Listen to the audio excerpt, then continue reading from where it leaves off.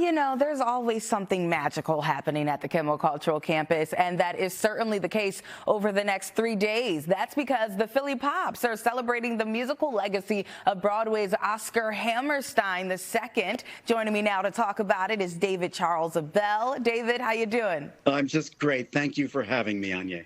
Yeah, you are the music director and principal conductor for the Philly Pops. We're so excited to have you here on Philly Live. Let's start with Oscar Hammerstein II. Tell us about his best-known works and why the Pops are choosing to celebrate him. Well, Oscar was the lyricist half of Rodgers and Hammerstein. Richard Rodgers wrote the music, and Oscar wrote the words to the great American musicals that everyone knows: Oklahoma, Carousel, The King and I, South Pacific, and The Sound of Music. Just an amazing collection of work.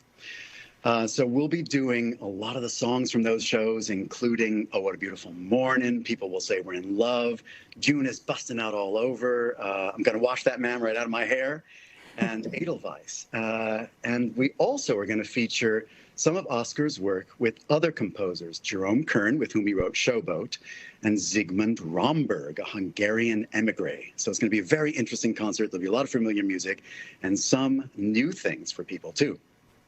Yeah, it sounds like a fantastic event. And just talk about the overall experience that's going to take place this weekend, you know, during these special shows.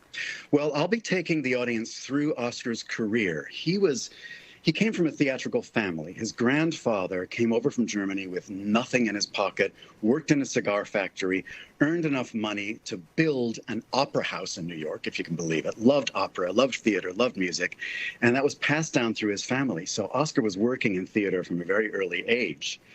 He had a motto, which was, "I'm not going to let this thing lick me." And believe me, in the theater, you need that sort of tenacity. So he just kept trying and trying and writing until he found the perfect formula with Richard Rodgers. So I'll be taking the audience through his life and through his great romance, which was with his second wife, Dorothy. They met on an ocean liner. There's a great story about that, and I'll be telling that in the concert, and we'll use the music to illustrate his life as well and his romance.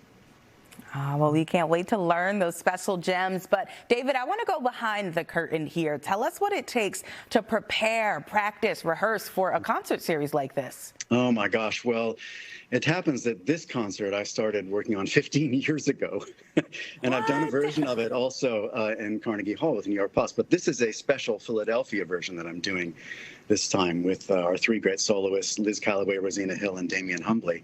We booked the soloists about 1.5 years ago. And I started working on the orchestrations years ago.